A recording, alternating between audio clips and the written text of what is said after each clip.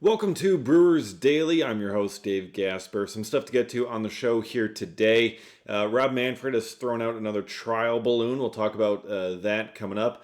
Also, I want to look at last year's international signing class because we got this year's that's going to be coming up on Thursday, January 15th. That is when the Brewers are going to sign that next class of players from Venezuela, Dominican Republic, all over Latin America. That's where the crux of the international signing is. So we'll get into some of that, how those guys did this past season down in the Dominican Summer League. But first, I want to give an update here on the Brewers in the Hall of Fame balloting. So the balloting for the class of 2026, ongoing.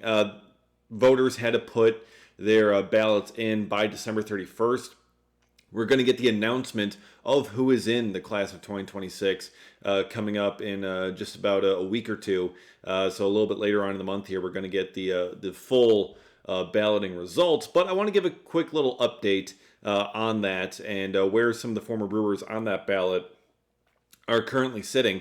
The best one with a chance to stick on the ballot is Francisco Rodriguez. He currently is at 20 votes from the publicly known, publicly cast ballots because writers, they send it in to the Baseball Writers Association, but they can also post it on Twitter, post it wherever, put it in their columns, and we can track that. So there's currently been 20 votes for K-Rod so far, so he's hanging around at 12.9%.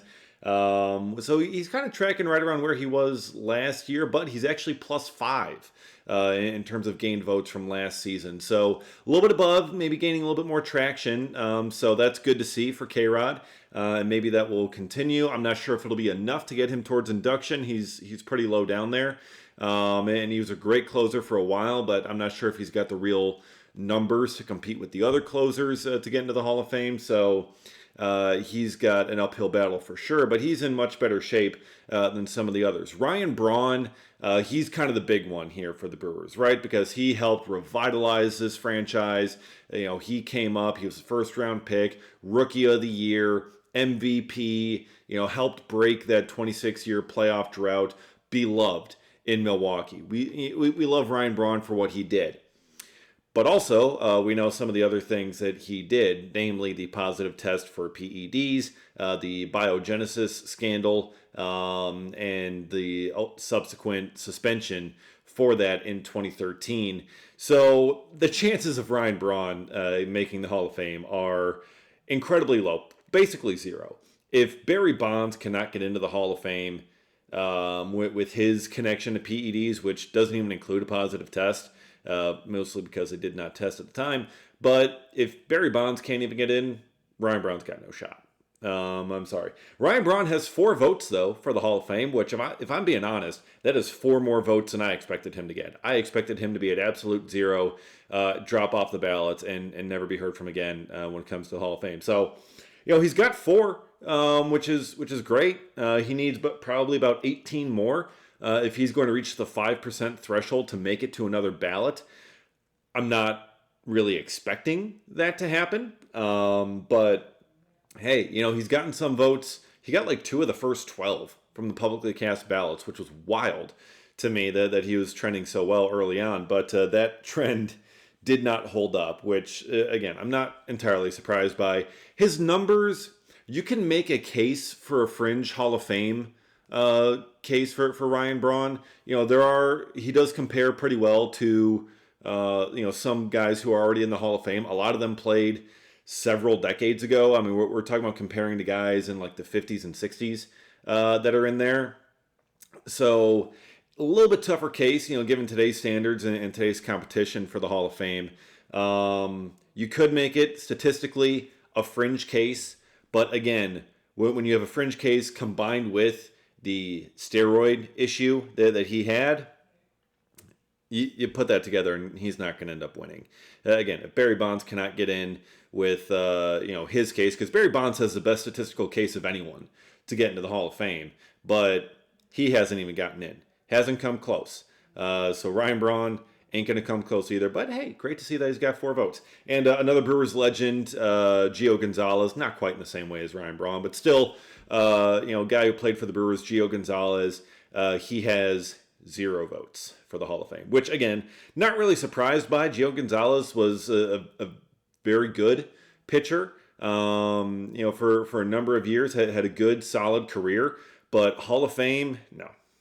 He does not rise to the level of Hall of Fame. It's a fairly weak class of first-timers this year. The only one who is currently tracking to stay on the ballot for next season is Cole Hamels, which, that makes sense. He's not close to induction, but he's going to stay on the ballot. All the rest of the guys, they're trending towards dropping off the ballot. They're not quite safe just yet. So, but hey, great to see that Ryan Braun has gotten himself 4 votes. K-Rod is trending there. It's not a first-timer for K-Rod, but he had a really strong career, and he's gaining some traction. He's got 5 more votes this year than he had from last year in terms of the voters who didn't vote for him last year. 5 of them have now switched to adding K-Rod on their ballot. So that is our Brewers Hall of Fame voting update.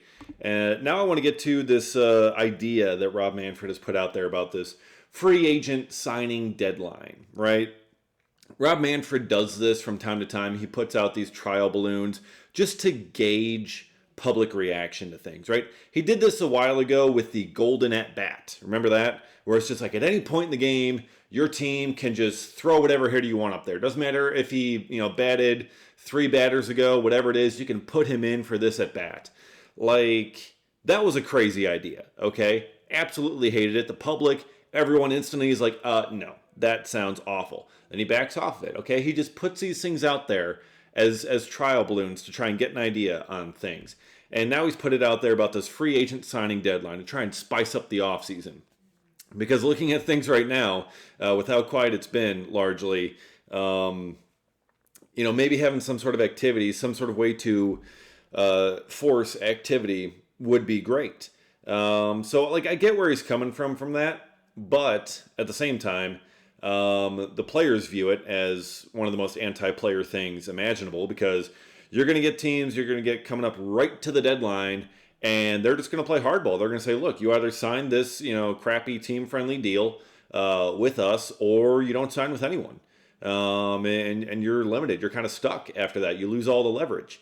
So I don't think a deadline is the way to go.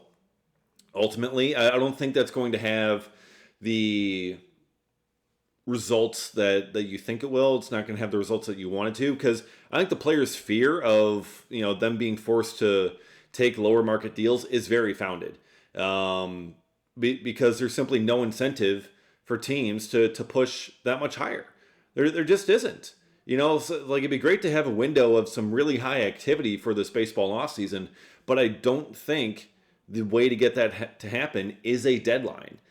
We saw it with the CBA a little while ago, 5 years ago-ish, when it's like, hey, as soon as we hit December 1st, everything stops. So a lot of guys were trying to sign before all that happened, and that was some great flurry of activity. Yeah, cool, but that's not something that I think would work continuously year after year. You want that free agent activity. I think you're going to want to have it started early, and you're going to force teams to want to jump in early rather than have a deadline at the end. Have something really kind of get going at the beginning like you do in the NFL and the NBA. Because in those two leagues, free agency kicks off, and almost immediately you're seeing big guys sign. You are seeing all the top free agents go in the first couple of days. That's what you want to see. That's what Major League Baseball should push for. But why do those leagues have that activity at the beginning? Because there's a salary cap. In the salary cap league, each team, they only got so much money to spend, and they're going to spend it on their guys that they want right away. That's what you need to get. Now, the players, they're not going to like that idea much either. So I think he's maybe kind of floating this out there as kind of the alternatives. Like, well, fine, if you don't want a salary cap, which the players don't, so that would be a fight there. It's like, then in order to spice up this offseason, in order to get something going, some sort of entertainment factor to get focus on baseball during those off months, you have that sort of deadline. You have that window of activity that teams have to really make stuff happen, to really make the news.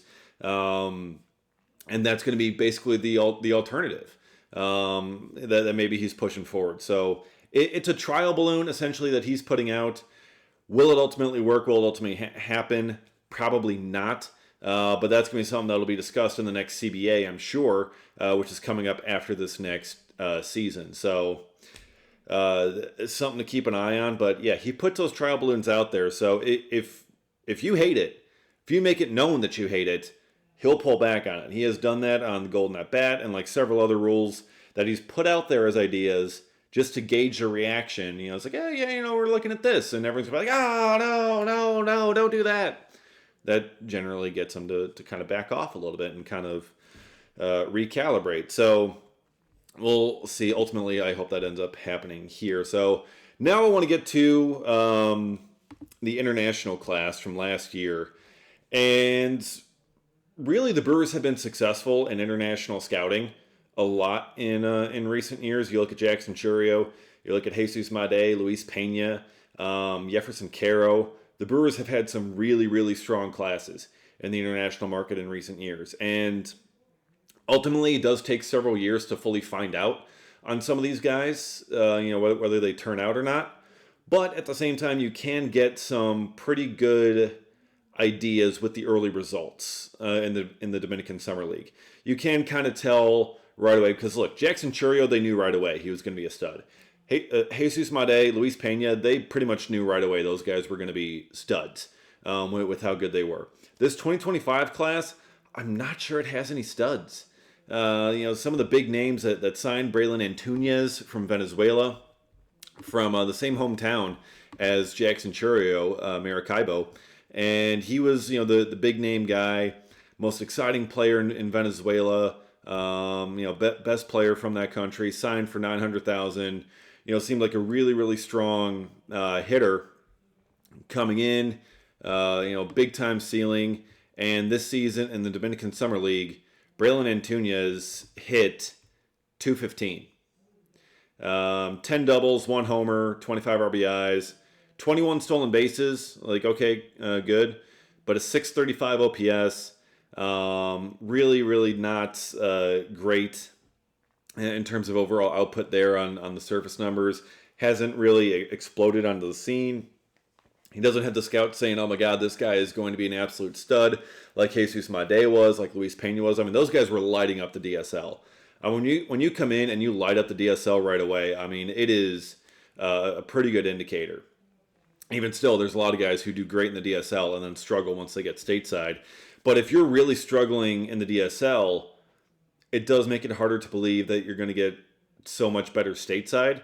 Again, these guys are still young, 16, 17 years old, but Antunes, top of the class, didn't really have the power develop, a lot of doubles power there, but did not make as much contact as he needed to, or as you were hoping for.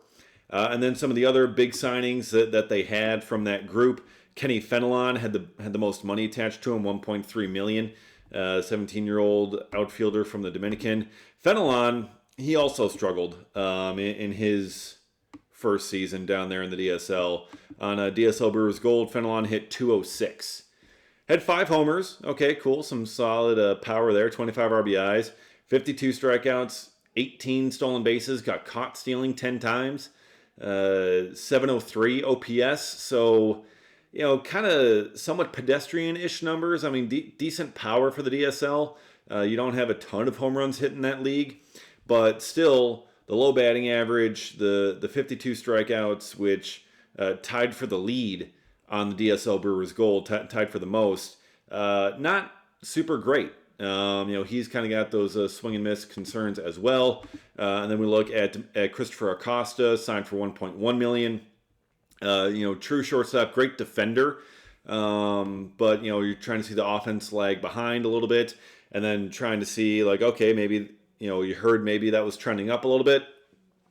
First season in the DSL, Christopher Acosta hit .172. 3 doubles, a homer, 17 RBIs, 16 stolen bases. Drew, good amount of walks, 43, but 45 strikeouts as well. So kind of up there in strikeouts on the team, but he did play in 50 games, which was by far the most, or tied up there with the most with Fenelon for the DSL Brewers Gold. But you'd like to see more actual, contact and offensive success there. A .592 OPS is nothing super great. And walks in the DSL, don't really mean a lot because you're facing 16 and 17-year-old pitchers who don't really have much command yet. So walk numbers are crazy for some of those games that these guys are putting up. So there's only so much to really read into that for plate discipline for some of these guys. But yeah, the overall numbers not great from this year's class. No one's really kind of sticking out as, oh my God, this is going to be a guy. Isaiah Chavez, a catcher, last year, he had some decent numbers. 6 homers, hit 232, 783 OPS. So I was like, okay, that's a solid performer there. But it's a fairly short list that you got for some of these guys, and it's just you can't win them all on some of these in amateur scouting, especially international amateur scouting. When you're looking at these guys when they're 13, 14 years old, and you're trying to sign them to this big time money. I mean, who knows what can happen in that development. So not a ton of fantastic performers from this year's DSL teams and this past year's international class. So I don't think we're going to be getting the next Jesus Made, the next Jackson Churio from this class. We'll see which ones end up moving stateside this year. Some will repeat the level down in the DSL. But the Brewers also are going to have several more names coming up in this 2026 class that's going to get started officially on Thursday. We'll dive more into that as the week goes along. So stay tuned for that. Be sure to subscribe to the channel at Brewers Daily here on YouTube and get notified every single time a new episode drops. Follow me on Twitter at dgasper24, and we'll see you again next time for another episode of Brewers Daily.